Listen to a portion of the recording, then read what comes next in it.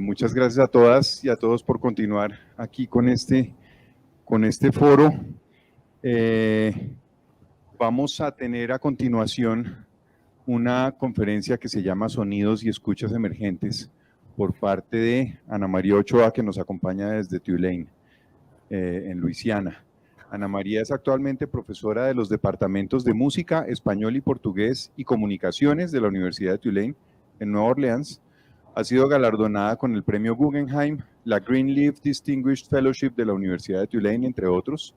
Su libro Aurality, Listening and Knowledge in 19th Century Colombia obtuvo el premio Alan Merriam en el 2015 al mejor libro de etnomusicología publicado en inglés. Dicho libro versa sobre historias de la escucha, teoría musical y voz en América Latina y el Caribe. Ha sido miembro de los consejos asesores de la Society for Cultural Anthropology y del Smithsonian Center for Folklife and Cultural Heritage.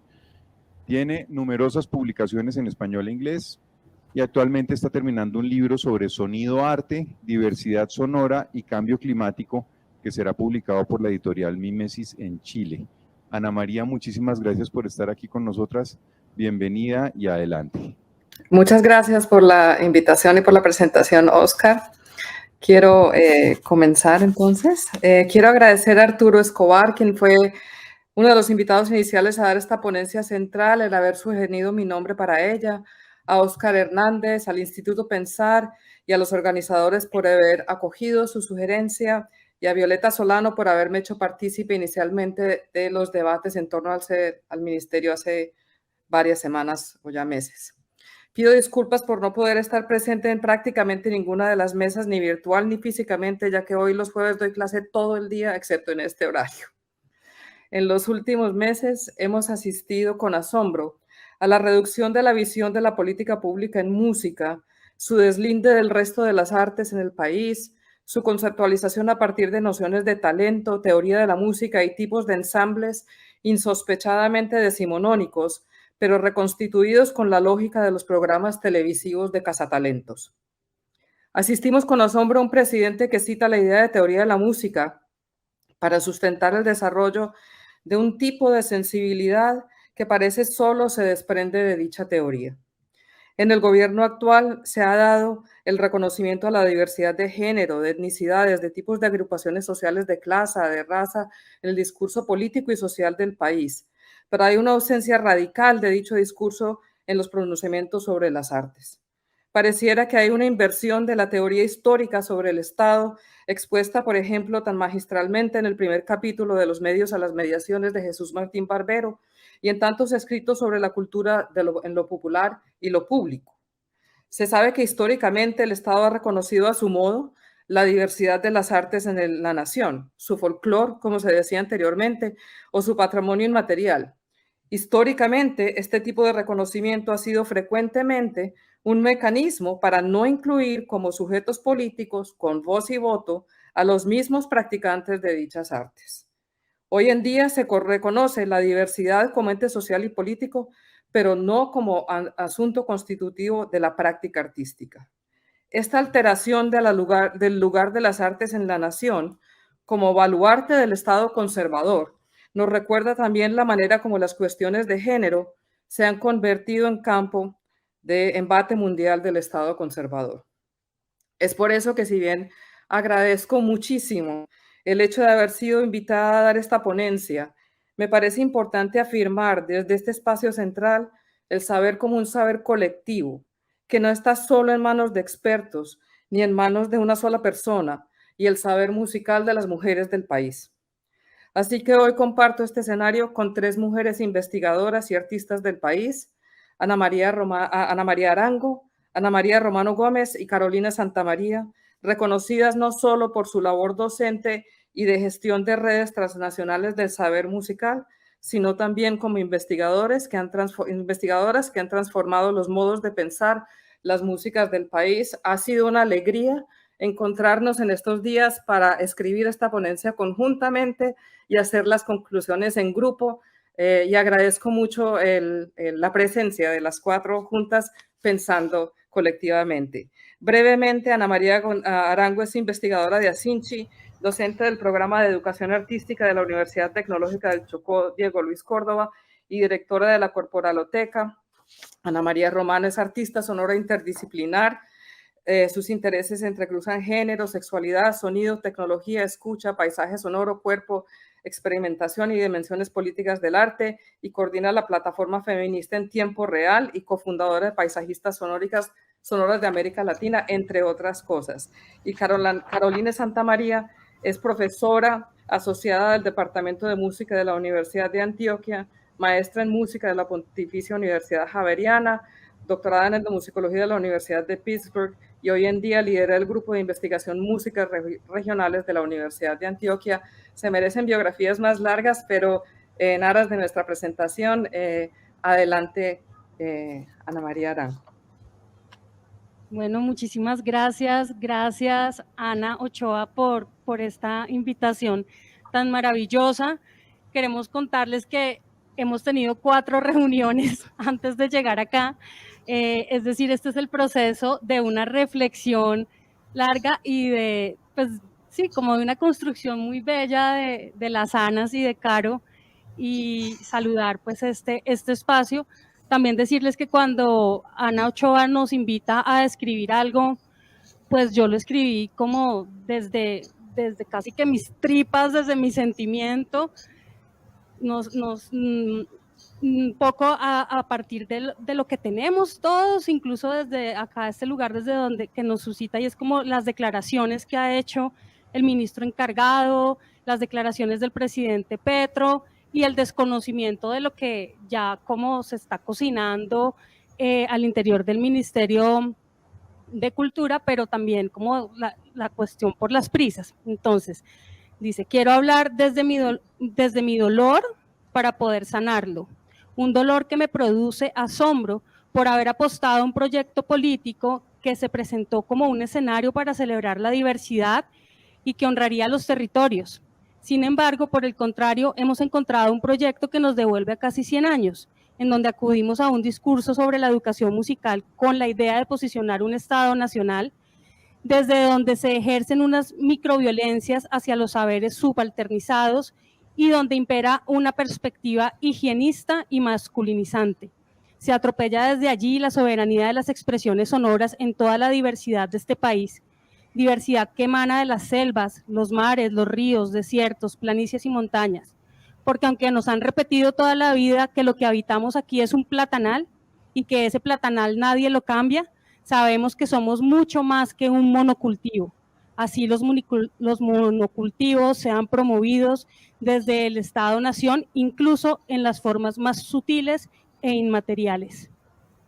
Desde ese dolor, sin embargo, considero que debemos seguir insistiendo, aunque poco caso se nos ha hecho, y más cuando hemos expuesto de manera abierta y sincera nuestros reparos con los proyectos nacionales de banda, coro y estudiantina, por ser parte de un ideario de Estado-Nación que generará, por supuesto, relaciones absolutamente verticales y monolíticas. Frente a la forma en que se está construyendo la política musical, considero fundamental revisar el lugar que ocupamos las y los investigadores y la manera en que estamos interlocutando con la vida musical de los territorios y con el Estado. ¿Cuál es nuestra relación como investigadores con nuestro campo de estudio, con las personas a quienes investigamos? ¿Cuál es nuestra relación con las músicas que investigamos? ¿Desde dónde las vemos? ¿Cómo es nuestra relación con los territorios y el compromiso con estos? ¿Cuál es nuestra relación entre nosotras y nosotros mismos como investigadores? ¿Desde dónde estamos mirando? ¿Cuál es la tabla de medida desde donde nos estamos valorando? ¿Con quién sí, con quién no y por qué? ¿Cómo estamos dialogando con el Estado? ¿Desde qué privilegios o desde qué lógicas de separación? Nos hemos formado en ambientes de exclusión en donde todo el tiempo estábamos a prueba, en donde la otra o el otro no sabían, la otra o el otro entre comillas, en donde nos estábamos comparando y donde muy pocos nos enseñaron a pensarnos como comunidad, como red y a colaborar unos con otros. Es importante que la academia reconozca que no tiene el monopolio de la construcción del saber. Es decir, hay saberes no académicos e incluso hay saberes antiacadémicos que son imprescindibles para la construcción de los propios saberes.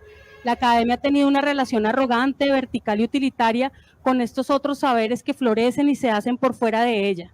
Necesitamos una política cultural que se relacione con todos los escenarios desde donde se construye el saber. Una política cultural que proteja incluso de la misma academia estos otros saberes no académicos y antiacadémicos. Los feminismos y sus epistemes son fundamentales, sobre todo esos feminismos capaces de interpelar el neoliberalismo, pero también que han sido capaces de interpelar las estructuras patriarcales dentro del mismo pensamiento de izquierda y sus formas de relacionamiento. Los nuevos feminismos bastardos, como los llama María Gallardo, tienen la posibilidad de gestar otros mundos desde la ética del cuidado y su capacidad de comprender las relaciones entre los lenguajes artísticos. Nos invita a pensar la creación y los patrimonios desde escenarios vanguardistas que sean capaces de vincular los mundos del trabajo material, bueno, eso es una categoría chihuana, el trabajo material que es como los oficios, con las nuevas tecnologías y las cosmovisiones ancestrales que siguen resistiendo en los territorios y que deben ser salvaguardados lejos de la lógica exotizante del mercado y la arrogancia académica.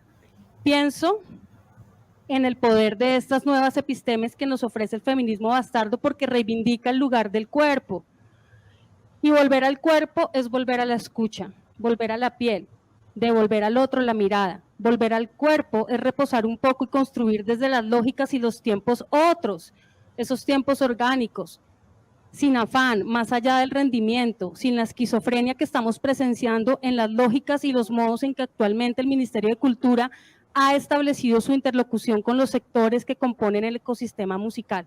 Dar tiempo es también respetar, y esta política pública musical debe ser con el sector y debe ser desde el reconocimiento de los procesos que ya existen y desde la escucha real, profunda y cuidadosa. Muchas gracias.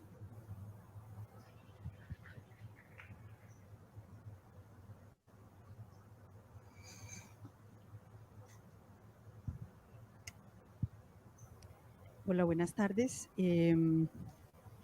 Bueno, ante todo quiero agradecer a Ana Ochoa por armar este encuentro y propiciar un tejido de voces entre mujeres. El encuentro siempre me resulta estimulante y cuando son mujeres a las que admiro, como son Ana Ochoa, Ana Arango y Carolina Santamaría, es muy especial porque del intercambio nacen aprendizajes y preguntas. Hoy quiero compartir desde dos espacios que me han enseñado a abrir la escucha y a pensarme en comunidad. Hablo de las plataformas en tiempo real, surgida en 2009, y Paisajistas Sonoras América Latina, surgida en 2016. Ambas plataformas las asumimos como espacios feministas en los que nos interesa convocar a mujeres, personas trans y personas no binarias. Ambas nacieron desde el espíritu de crear en red, de ser espacios seguros y afectuosos en los que le apostamos a las relaciones horizontales y a la transformación en colectivo, entendiendo la comunidad como un lugar que es poroso y elástico.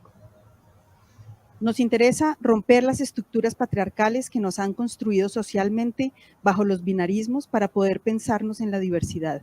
Por ello, nuestras acciones imaginan el sonido desde múltiples naturalezas y en amplias perspectivas. En tiempo real se abre a las prácticas sonoras poéticas también del presente, cuyas indagaciones se manifiestan en los diálogos entre género, sonido y tecnología. Podemos hablar de noise, electroacústica, live coding, experimentación, instalaciones sonoras, arte sonoro y prácticas experimentales, por mencionar tan solo algunas. Mientras que Paisajistas Sonoras, como lo inferimos de su nombre, se centra en el tema del paisaje sonoro. La premisa de las dos plataformas es que queremos ir más allá de generar eventos. Queremos que sean espacios de reflexión y que las actividades surjan desde la comunidad. Es decir, que sean espacios en los que las mujeres, personas trans y personas no binarias se sientan invitadas e invitadas a proponer y a construir en el encuentro y en el intercambio. Para ello ha sido fundamental la escucha, no solo sumergiéndonos en la pluralidad de sonoridades, sino también en la posibilidad de escuchar de ensanchar las prácticas creativas, de abrirnos más allá de lo disciplinar, de no rivalizar entre el saber y el hacer, de no alimentar la idea de los genios y estrellas, intencionalmente lo digo en masculino, de no llegar como salvadores, de no alimentar la exclusión a través de clases como la idea de la alta cultura, de no jerarquizar las relaciones humanas asumiendo que hay niveles de acuerdo a los roles o a las proveniencias. ¿Dónde están las mujeres, personas trans y no binarias que se interesan por el paisaje sonoro o por el trabajo sonoro con tecnología? El pacto patriarcal les ha ocultado, les ha silenciado, invisibilizado, porque el sistema patriarcal se construye sobre la exclusión. Por eso, el trabajo en red nos ha regalado la posibilidad de articular formas alternativas al insípido ejercicio del poder para llevar a escucharnos, conocernos y reconocernos. A través de estos casi 15 años de actividades, ya no nos quedan dudas. No somos histéricas, somos brujas.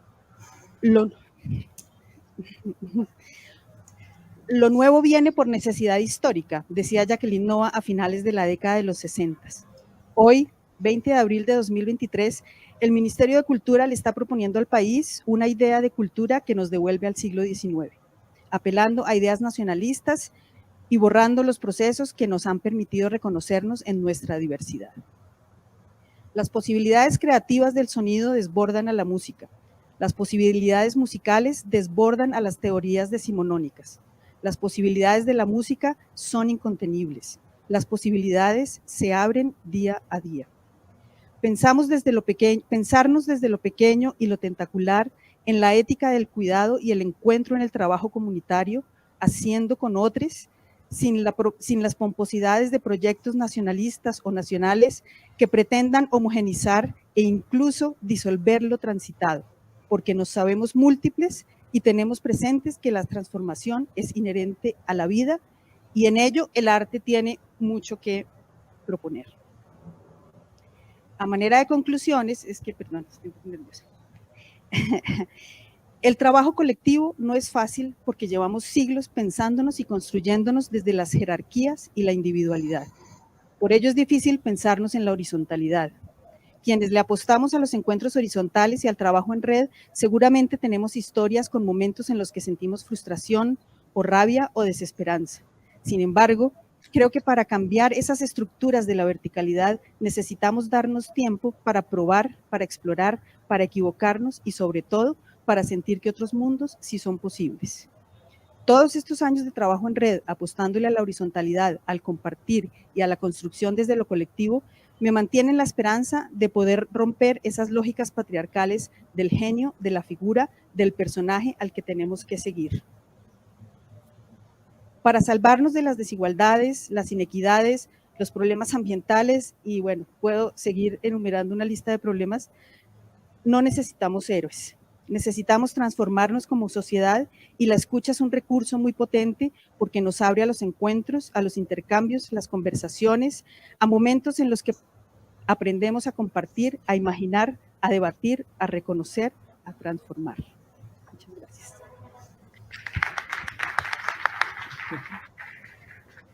Quisiera saber primero si me están escuchando. ¿Bien? Bueno, voy a empezar por agradecer a la invitación de Ana María Ochoa para participar en esto. Es una bendición, una fortuna tener la posibilidad de conversar con estas mujeres tan fantásticas a las que admiro tanto y con las cuales vamos a tejer esta polifonía de voces femeninas. Quiero hacer una reflexión acerca de la importancia del trabajo en red en mi propia experiencia como investigadora. Todavía es usual que en la formación en investigación musical se proponga como un ejercicio solitario, en el que hay que aprender individualmente a plantear un proyecto, a dialogar con la teoría y finalmente hay que arreglárselas para escribir una tesis. Aunque esa forma de operar sigue vigente como herramienta para el aprendizaje. Hace unos años aprendí de Carlos Miñana, a quien recuerdo mucho, en una clase sobre pedagogía de la música, él nos decía que la investigación sobre la pedagogía musical hace rato que tiene muy claro que los estudiantes aprenden tanto o más del intercambio con sus pares que de las clases que imparten los maestros. Aprender a escuchar al otro es un ejercicio fundamental en el quehacer diario de la investigación y a lo largo de mi vida como investigadora he tenido la gran fortuna de compartir con colegas capaces y dispuestos a construir colectivamente. Desde hace mucho tiempo, casi toda mi producción investigativa ha sido resultado de proyectos desarrollados en equipo, y la verdad es que el proceso de plantear y desarrollar proyectos para luego construir textos, grabaciones, multimedia con otros autores me resulta fascinante.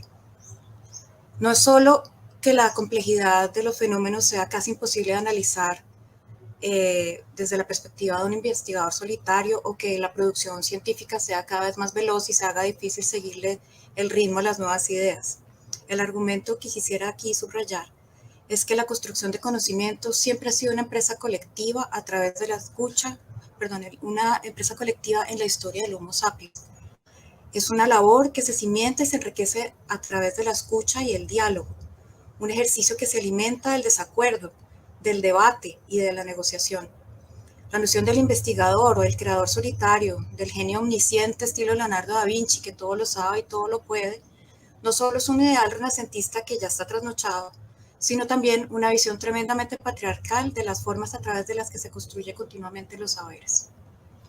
Con el propósito de ilustrar la forma en que opera una investigación musical colectiva, voy a comentar muy brevemente un proyecto que terminamos con unos colegas el año pasado y que se titula Los diferentes porros en Colombia. Se trata de un libro y 3 productos discográficos en el que participamos 10 autores, entre quienes estábamos varios músicos y musicólogos, un coleccionista de discos de música tropical, el director de una banda pelayera, 2 cantautores y un estudiante de pregrado.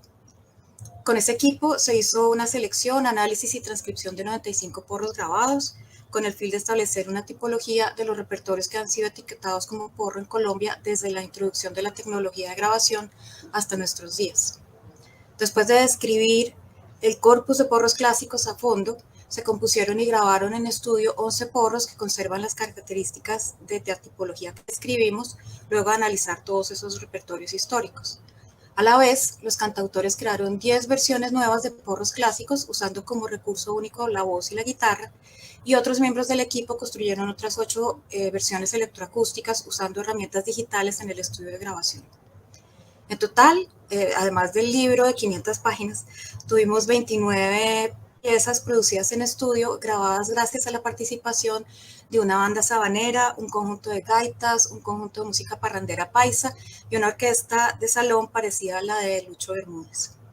Sería imposible que ese conocimiento, esos nuevos porros y esas versiones experimentales fueran producto de un único individuo genial, porque es el resultado del concurso, el diálogo de los saberes académicos con otros saberes que están en la calle, que se mueven comúnmente en los tablados y las fiestas populares, que habitan en los salones de baile y los ensayaderos y los estudios de grabación.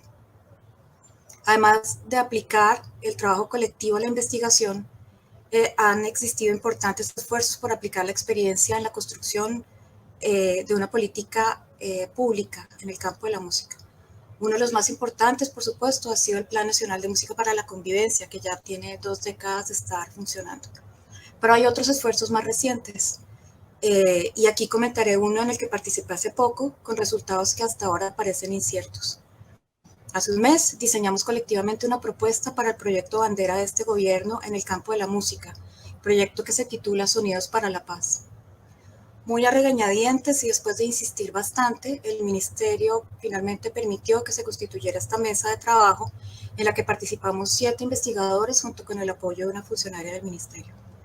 Tuvimos 10 días para construir un documento partiendo prácticamente de cero, puesto que para nuestra sorpresa, el proyecto apenas tenía un título grandilocuente y unos pocos antecedentes, pero carecía completamente de contenido.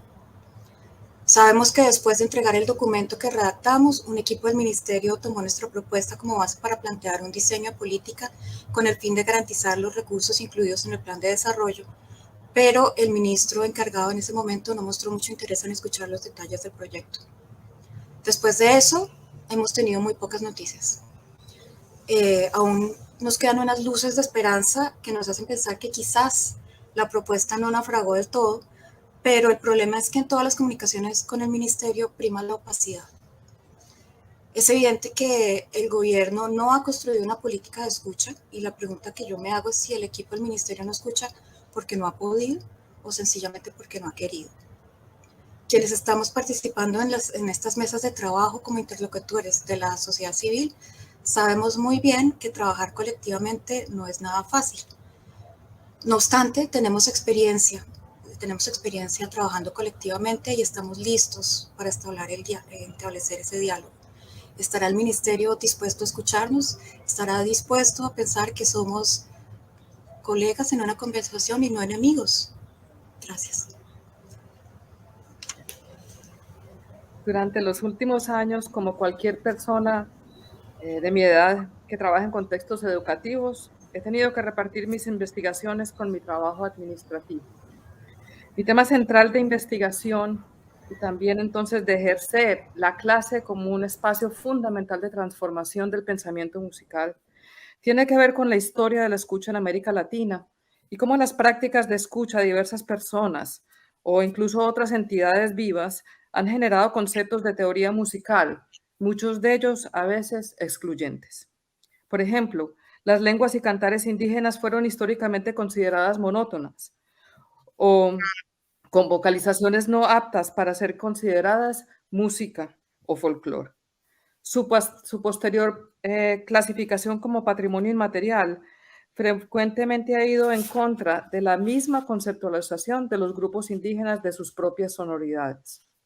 Debido a este trabajo histórico y a trabajos con diferentes comunidades, me he interesado en cuestiones de la relación entre conceptos de cultura y naturaleza, más específicamente de la relación entre música, sonido y cambio climático y mucho más desde que me mudé a Nueva Orleans, que como saben, por el huracán Katrina de 2005 y por la época ya más reciente está al frente de ese tema y es un tema central de investigación de esta universidad. Este tema es necesariamente colectivo, ya que tiene que ver con el gran giro que se da en la actualidad para repensar las formas como las humanidades se constituyen a partir del papel crucial de las expresiones artísticas en las transformaciones mismas de los sentidos de la vida en un planeta en evidente crisis, lo cual implica reconciliar saberes de distinta procedencia, aprender a escuchar a las ciencias, a distintos conceptos de la naturaleza, a distintos conceptos de la cultura y a dialogar a partir incluso de las diferencias entre los mismos. Uno de los proyectos en el que participo en la actualidad se da a partir de un colectivo de investigación audiovisual que explora las sonoridades que constituyen el mundo indígena Wiwa, uno de los grupos indígenas que habita la Sierra Nevada de Santa Marta. El colectivo incluye varios indígenas Wiwa con diferentes perspectivas sobre la música y el sonido debido a diferencias de edad y de género, lo cual me parece importante afirmar porque en la historia de la etnomusicología tenemos inclusive todavía producciones que hablan de la música indígena, como si no hubiera diversidad al interior mismo de las comunidades. Un artista sonoro, una ingeniera de sonido, diversos profesores que trabajan en el tema audiovisual en la Universidad Javeriana, el antropólogo visual Pablo Mora, yo como antropóloga del sonido y en las conversaciones que tengo en un centro aquí que se llama Centro for the Gulf South, Centro para el Golfo Sur, ya que esto es, digamos, el sur de los Estados Unidos, esto es parte de la cuenca Caribe. El proyecto se llama Soberanías Audiovisuales, Escuela para Hacer Escuela, es decir, unos nos enseñamos a otros. Esa es la perspectiva del proyecto. Y tiene su hogar actual entre la Universidad Javeriana, la Universidad de Tulane y el colectivo indígena Wiwa de producción audiovisual Buncuayenuman Comunicaciones. Juntos hemos aprendido cómo es imposible documentar el mundo sonoro indígena contemporáneo y sus historias sin tener en cuenta la profunda relación constitutiva entre lo visual y lo sonoro en su concepto de lo audiovisual y de la música misma.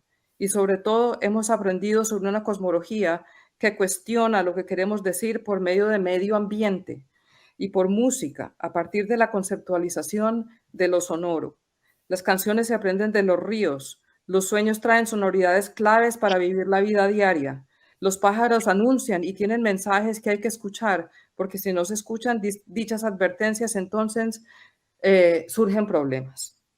Hemos tenido talleres, por otra parte, sobre la física del sonido, sobre técnicas de grabación de campo, sobre construcción de micrófonos construidos por las y los integrantes indígenas y por los que no somos ingenieros de sonido a través de un talleres de reparación de cables usados en la producción audiovisual. En otras palabras, el manejo de diferentes tipos de tecnologías sonoras.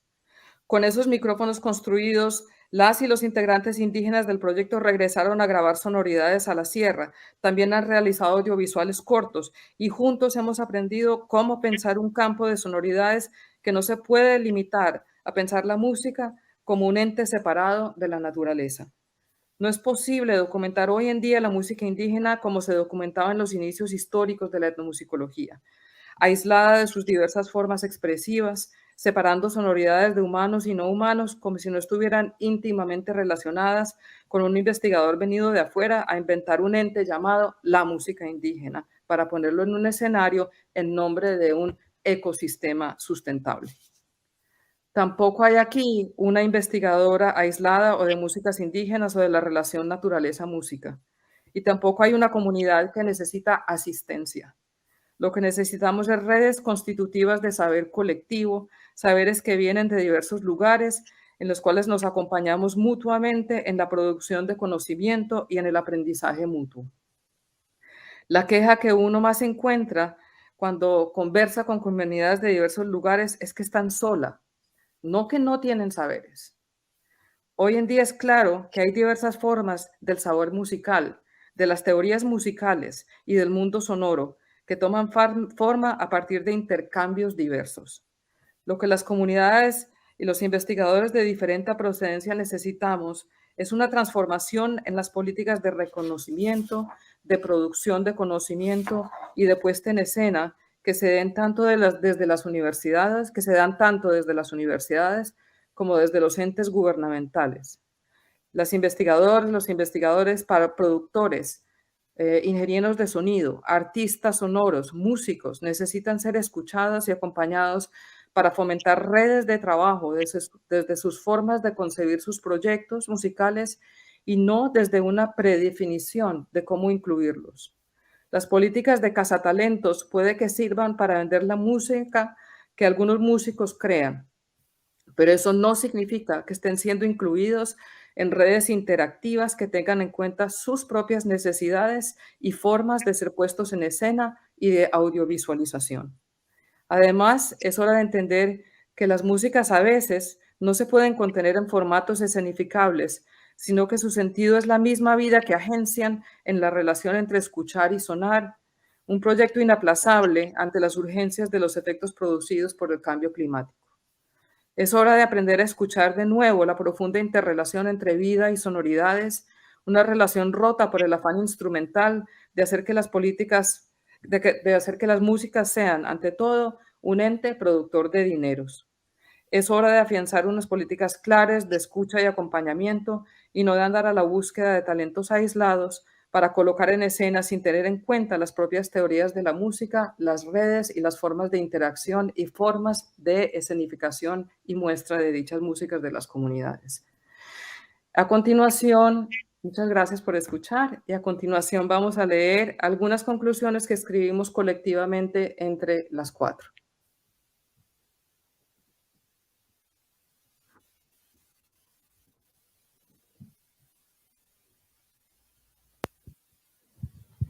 Bueno, en primer lugar, nuestro primer punto es la necesidad de fortalecer y acompañar los procesos y proyectos de investigación, porque nos encontramos en un momento de nuevas realidades musicales y sonoras, diversas prácticas de educación musical y con la aterradora realidad de expresiones que están en riesgo y que deben ser priorizadas desde lógicas diferentes a las de la patrimonialización. Relacionarnos desde diversos lugares, tejer diversas formas, prácticas y saberes y diálogos entre las mismas que no dependan de las relaciones históricas jerárquicas y que superen la división entre el oficio y el pensamiento, producción del conocimiento. Cuestionar la universidad y la política pública del cuestionar la cuestionar la universidad y la política pública del gobierno como único lugar desde donde se articulan y controlan los relacionamientos y la forma como hasta ahora han operado estas formas de poder. La tercera es trascender los límites canónicos del campo musical, comprender los relacionamientos de las expresiones sonoras con otros lenguajes artísticos, pero también con otros campos del conocimiento, los saberes y prácticas ancestrales y con las nuevas tecnologías. La cuarta, descolonizar nuestra manera de comprender la iniciación musical y la educación musical en general. No existe una teoría musical, ni formas específicas homogéneas y universales que construyen mentes y sujetos superiores a sus contextos. Esta mirada es exactamente la misma que tenían los misioneros en la colonia y en los siglos XIX y XX. Preocupa la estigmatización de los contextos cuando están en situación de marginalidad y sus pobladores han sido empobrecidos. Preocupa que los procesos de educación artística aparezcan como escenarios de salvación que reproducen la desigualdad epistémica de las niñas y niños en lugar de ser considerados como políticas de acompañamiento y desmarginalización de los saberes y proyectos locales. La política cultural no debería ser adultocéntrica. Invitamos a pensar en escenarios para escuchar a los niños y adolescentes que están en los territorios. La quinta, fortalecer y diseñar políticas de escucha a diferentes tipos de sujetos participantes en las redes de conversación que se generen. La escucha no es espontánea, se tiene que diseñar como parte de las políticas de intercambio en la formación de redes. La sexta es resaltar la diversidad de prácticas musicales y sonoras de la Colombia contemporánea, que incluye géneros musicales históricamente considerados tradicionales, nuevos tipos de performance, arte sonoro, tecnologías y nuevas formas en que las comunidades dan cuenta de su saber musical. Asistimos hoy en día a diversas formas de interacción entre las artes, los oficios y las prácticas expresivas que son tanto históricas como nuevas, formas que surgen de las comunidades que cuestionan las divisiones disciplinarias de las humanidades. Y la última de nuestras conclusiones, la número 7, es señalar que dicha diversidad no se sustenta, sino que más bien se reconoce como tal en una pluriversidad con distintos tipos de actores y diversas maneras de participación. Hablamos, por tanto, de un acompañamiento real y no de escenarios musicales que espectacularicen e instrumentalicen los saberes mientras excluyen la agencia de las comunidades. Muchas gracias. Muchas gracias.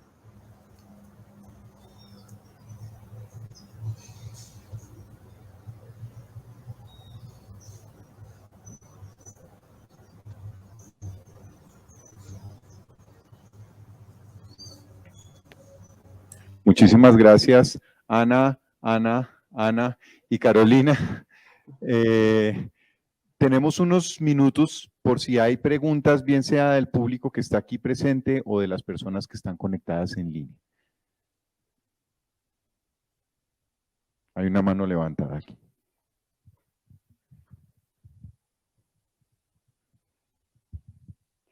Hola, mi nombre es Alejandra Quintana Martínez. Al finalizar estuve viendo todo el foro esta mañana virtual y cuando cerraron dijeron que había una gran sorpresa por la tarde y de verdad fue una maravillosa sorpresa estar aquí con las 4, verlas a las 4 con todas. Pues Carolina fue mi profesora de solfeo, después compañeras profesoras en la Javeriana, Ana María, me acuerdo en los foros de música allá en la Javeriana, a Ana Romano de toda la vida y me acuerdo Ana María Ochoa cuando pensé en estudiar etnomusicología y digo, bueno, hoy en día menos mal que no, porque la vida me llevó por otros lados justamente a trabajar desde la música en espacios no musicales. Entonces, de verdad que muy contenta de estar acá y sobre todo de escuchar por fin una mesa que hable de feminismos, que hable de masculinización, pues porque como saben es mi campo, ¿no? Me apasiona y desde la universidad siempre era el tema de dónde están las mujeres. Y me acuerdo también, esta mañana oía la recurrente palabra de el problema, ¿no? De es que es un problema, es que es difícil esto de una política cultural, musical, pero yo no creo que sea difícil. Yo creo que lo difícil realmente es que no lo estamos viendo desde la pluralidad, ¿no? Yo creo que lo difícil justamente es que seguimos sin reconocer la diferencia, ¿no? Que lo difícil es que, me acuerdo de una anécdota justamente cuando me iba a graduar de la Javeriana y fui a plantear, bueno, ¿por qué no hablamos de la historia de las mujeres en la música? Y la respuesta fue, es que si hablamos de la historia de las mujeres en la música, tenemos que hablar de las músicas indígenas, como si fuera un problema, ¿no? Entonces, ese es el problema, ¿no? Yo creo que es tan básico como eso, ¿no? De no reconocer la diversidad, de no reconocer la inclusión. Y es tan fácil como simplemente sentir la vibración de los contextos, los sonidos. El contexto es el que nos está diciendo, y el problema es seguir mirando afuera, ¿sí? Seguir mirando y el referente del afuera y no el referente interno, y seguir pensando, que también lo hablaban esta mañana, en la universalidad de la música o la música como un lenguaje universal, no, es un lenguaje particular, y hablar de músicas también en plural, ¿no? Y eso también nos lleva a la importancia del enfoque interseccional en la política, ¿no? De que dejemos de mirarlo de manera separada, ¿no? Desde género, etnia, raza, contexto, sí, porque seguimos mirando de manera separada, ¿no? Y esa interseccionalidad también tiene que cruzarnos con la intersectorialidad, porque es que el problema de la música no es solo una competencia del Ministerio de Cultura, también del Ministerio de Educación, también tiene relación con lo económico. Entonces, es algo que nos concierne a todos los sectores, ¿no? Que es lo mismo que pasa con las mujeres. No es solo el Ministerio de la Igualdad el responsable de qué es lo que está pasando con las mujeres, ¿no? Y eso es otro punto que me parece importante, que lo hemos hablado acá, no sé si por acá está Melissa, de la colectiva Resonantes, ¿no? Que estamos trabajando en, bueno, qué es lo que pasa con las violencias también, las violencias simbólicas, las violencias físicas contra las mujeres en la música. Y eso tiene que ver también con la idealización de la música, que también tenemos que ser autocríticas y autocríticos en la medida en que siempre esa idea de, es que la música lo salva todo, la cultura lo salva todo, no, lo salva, pero ¿cómo? ¿Sí? No es per se, ¿sí?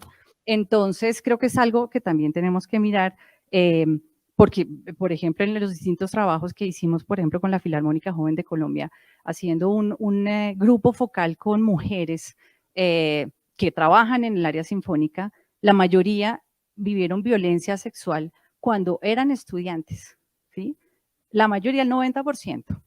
Entonces, es un tema del que no poco hablamos, y seguimos idealizando esos espacios y seguimos reproduciendo ese patriarcado también desde la gestualidad, ¿no? Desde cómo el ideal de dirigir una orquesta, entonces nada más el movimiento, cómo me muevo tiene que ser masculino, sí, o sea, todavía sigue mucha gestualidad de lo masculino y mucha jerarquía de lo masculino en lo musical.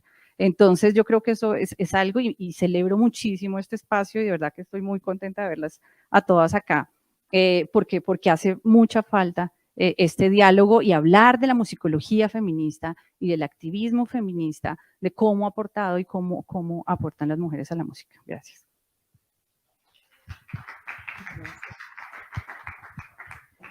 Gracias, Alejandra. ¿Hay alguna otra intervención? Juan Carlos. Gracias, Oscar. Yo soy Juan Carlos Valencia, profe de comunicación en la Javeriana. Trabajo con medios hace mucho tiempo también. Y pues para mí siempre cuando se habla de música me parece que es casi que implícito hablar también de comunicación. Estamos en una situación complicada con las políticas invisibles de este gobierno en el campo de la música, pero ¿qué pasa con las políticas en el campo de la comunicación para la circulación de estos sonidos diversos de Colombia? Hay también una mirada sobre lo que está pasando en el Ministerio de Comunicaciones, en lo que tiene que ver con los medios públicos. Y más allá de los medios, estamos en un momento donde pues, la música está en las plataformas digitales, en Spotify, Deezer, YouTube, donde la cosa se salió casi de control de los gobiernos nacionales. ¿Qué pasa con este ámbito de la diversidad tan impresionante que tenemos en Colombia frente a este ecosistema limitado, desfinanciado de medios públicos, y frente a un mercado que básicamente convierte absolutamente cualquier sonoridad, puede ser una oportunidad de negocio a través de múltiples estrategias? Quería preguntarles a raíz también de la mención que hizo Ana María de Jesús Martín Barbero, porque me parece que es una ruta que también vale la pena seguir pensando y explorando. Gracias. Bueno, yo comienzo a contestar, pero me imagino que cada una tendrá una respuesta posible. Bueno, en parte yo mencioné, yo hago parte de un proyecto que incluye ingenieros de sonido y que incluye diferentes formas del saber musical. Entonces quiero como también un poco, yo no estoy viviendo en el país, no conozco la estructura del Ministerio de Cultura, entonces yo esa respuesta de esa pregunta en específico no la puedo hacer.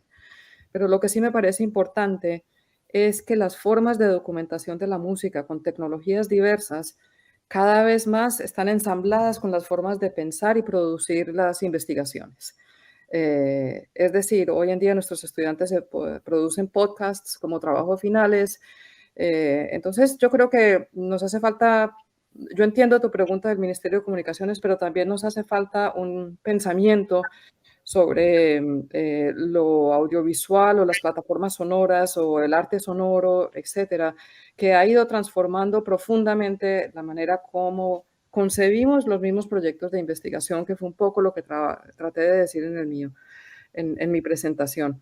No es posible hacer ese proyecto solo con un o una etnomusicóloga, ¿sí? Se necesitan formas diversas de documentar la música que no se limiten a una grabación que después acaba como un fonograma insertado en un objeto que se llama música indígena que después circula de maneras específicas. Yo creo que en este momento asistimos no solo, digamos, a esas plataformas que hablaste, sino también a otro tipo de plataformas como por ejemplo las grandes plataformas grandes no, pero los colectivos de producción audiovisual indígena en toda América, en todas las Américas, en Norteamérica y en América Latina. Y eso está transformando profundamente la manera como los mismos grupos y diferentes integrantes de los grupos documentan sus propias músicas. Digo diferentes integrantes porque muchas veces las músicas indígenas que se han históricamente conservado son de hombres y no se mira la diferencia entre, por ejemplo, el cantar de las mujeres o las formas de concebir el saber sonoro de las mujeres y de los hombres. Por eso es muy importante entender estas diversas sonoridades, pero la apropiación de tecnologías por diferentes sujetos me parece un elemento muy importante hoy en día en el quehacer musical. O sea, no es solo comunicación, sino que es un quehacer. Entonces, no es una respuesta a tu pregunta, pero es un poco volteándolo hacia las experiencias de hoy en día. Y yo creo que por lo menos en este proyecto y en otro proyecto en que estoy involucrada, es necesario los saberes que trae el ingeniero sonoro, el artista sonoro, el etnomusicólogo o somos mujeres varias del grupo. Entonces, no hay diferencia, no hay un saber total, no está la música aquí y la comunicación acá. Me parece muy importante repensar esa relación desde los campos mismos de investigación. Muchas gracias, Ana María. Quiero leer un comentario que hace Beatriz Guber en línea. Dice, gracias por esta ponencia en junta. La propuesta de combatir la escucha decimonónica del Estado-Nación, promoviendo un trabajo colectivo, es quizá la estrategia más coherente en esta coyuntura actual. Para combatir el asistencialismo estatal y las políticas culturales vacías, nada mejor que fortalecer y hacer sonar los tejidos colaborativos que se trazan con las comunidades, hasta que nos escuchen. Gracias, Beatriz. ¿Hay alguna otra? Aquí hay una mano levantada. Alejandro. Buenas tardes, Alejandro Mantilla. Me alegra mucho escucharlas a las 4 y verlas además. Y un abrazo muy cariñoso para Ana María Ochoa. A mí me gusta y me impacta, digamos, sensible y analíticamente escuchar la necesidad de las políticas de escucha, de reconocimiento y acompañamiento. Y al mismo tiempo quiero preguntarles, en ese contexto, ¿cómo orientan o cómo valoran el vínculo entre la música y la ciudadanía en su conjunto? Las músicas y la ciudadanía, porque es que hacemos mucho énfasis, y creo que lo hemos hecho en las políticas, en los programas y procesos, hemos hecho mucho énfasis en las músicas, en los músicos, pero yo creo que estamos en una condición social y simbólica que no puede seguir postergando el trabajo profundo entre las músicas y la ciudadanía.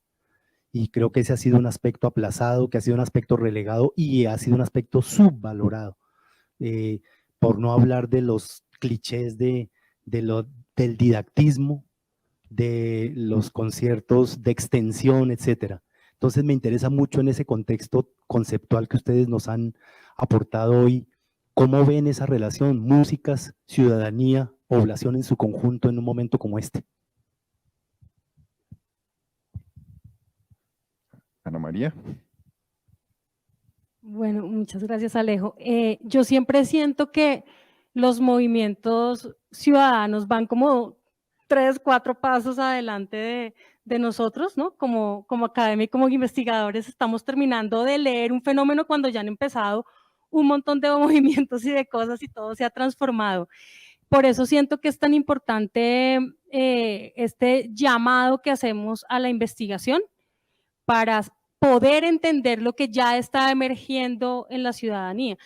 Y cuando vemos esos movimientos ciudadanos, a mí una de las cosas que me parece más interesante es ver cómo no se piensan como en cajoncitos, ¿sí? O sea, no se piensan desde lo disciplinar, ¿no? Yo no sé, yo veo no sé, el movimiento Vulva Libre que yo acompaño en Quibdó, que las amo, unas mujeres maravillosas, afrofeministas, bravísimas, ¿no? Y ellas están con rap, pero están haciendo pues también biche, y además de que hacen biche, entonces hablan de cocinas y tienen un turismo comunitario, pero entonces también están haciendo conciertos todo el tiempo, están haciendo cine, teatro, o sea, hacen de todo. Entonces los movimientos ciudadanos no se conciben a sí mismos de manera fragmentada con los mundos de saber, con la comunicación, las nuevas tecnologías. Eso es una de las cosas que a mí me preocupa cuando pensamos la política y nos pensamos también desde la academia como disciplinariamente y en cajoncitos. Y siento que tenemos un reto muy grande de saber leer esa movilización ciudadana y entender que lo están haciendo desde lo transdisciplinar, ¿no? Entonces, a veces sí sentimos como que la propuesta de política pública musical que está emergiendo, ay, pues es como, en serio, estamos hablando de proyectos musicales nacionales, de la estudiantina, no sé, a mí me rayas por eso, la estudiantina nacional, la banda nacional. Cuando uno está en los territorios y ve lo que está pasando en los territorios y lo que demandan los territorios y los movimientos en los territorios, pues yo ya no le veo mucha cabida a esa lógica. No sé, es lo que me pasa a mí desde el Chocó, no sé. Sí, coincido plenamente y de hecho fue uno de los puntos que conversamos en nuestros 4 encuentros preparatorios. Y es la necesidad de, por un lado, pensar que el sonido no es propiedad exclusiva de la música. Por lo tanto, hay muchas formas de trabajar con lo sonoro y desde, digamos que desde lo interdisciplinar, lo transdisciplinar, ahí hay unos cruces que incluso hacen que una persona que tenga una formación musical muy disciplinar pueda encontrar espacios y formas nuevas de trabajar con la música o con el sonido que no conocía, ¿no? Entonces creo que, bueno, también sabemos que la música y lo sonoro nos afecta muchísimo. Quiero decir, en nuestras vidas cotidianas, todo el mundo oye música, todo el mundo, no sé, está en la cima de la montaña y dice, sí, qué paisaje tan bonito, pero también como, uy, qué sonidos tan bonitos. O sea, no, es decir, nos afecta el sonido, digamos que el sonido, una de las cosas lindas que tiene justamente el paisaje sonoro es que nos ayuda como a pensarnos en el sonido como algo colectivo, ¿no? Como la escucha también como algo colectivo, ¿no? Y entonces en ese sentido creo que ahí coincido también con lo que decía Ana Arango de cómo lo que sucede por fuera de los salones de clase o de las oficinas que dictan las políticas o sea, supera ampliamente como esas reflexiones que se dan ahí en esos dos espacios, ¿no? Claro que debe haber diálogo, claro que debe haber, es decir, y se dan esos diálogos y esos encuentros, pero el problema para mí es que afuera hay una transformación que es casi que inherente al hacer, ¿no? O sea, como que muchas veces en esos universos sonoros que se permiten pensarse de manera no disciplinar, las limitaciones son menores, ¿no? Entonces, creo que, por ejemplo, yo le sugeriría al Ministerio de Cultura en el área de música como pensarse también esos encuentros con otras formas de trabajar el sonido.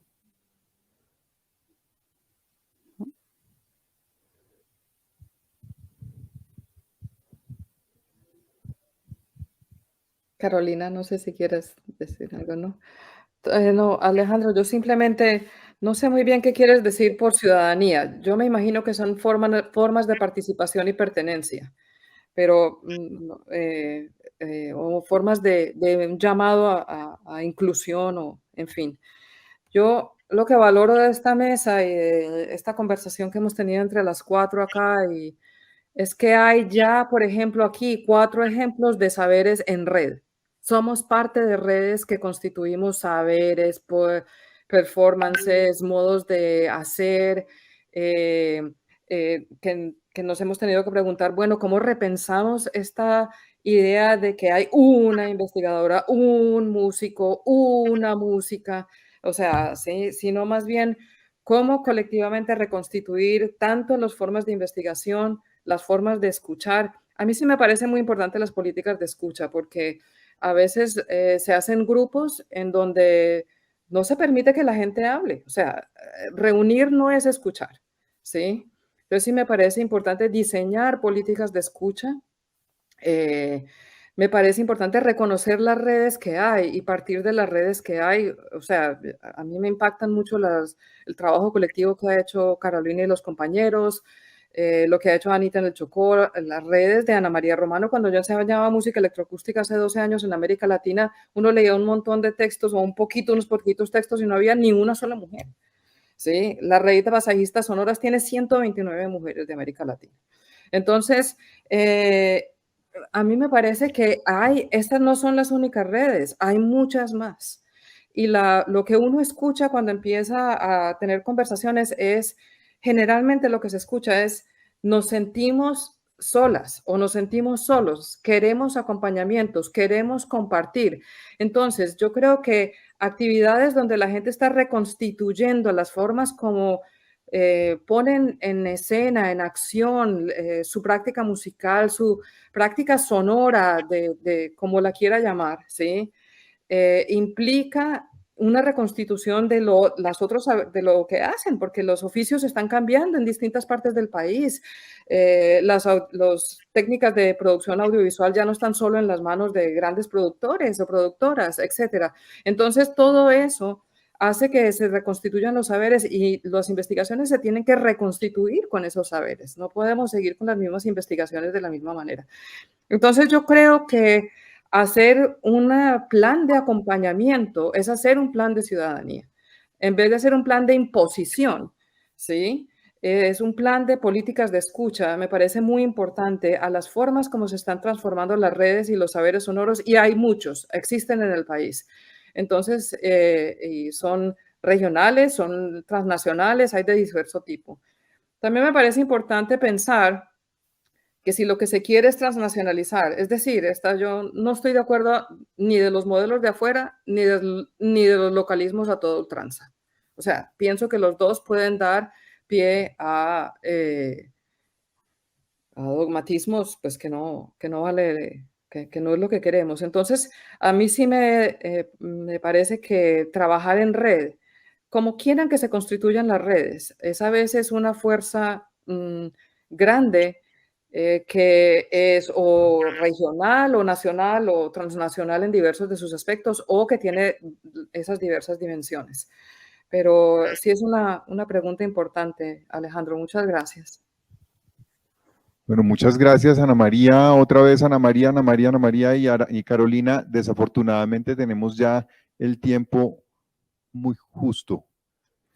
Simón tenía una pregunta desde antes, no hay problema, porque... Bueno, muy cortica. Gracias. Bueno, entonces la saludo a todas muy rápido.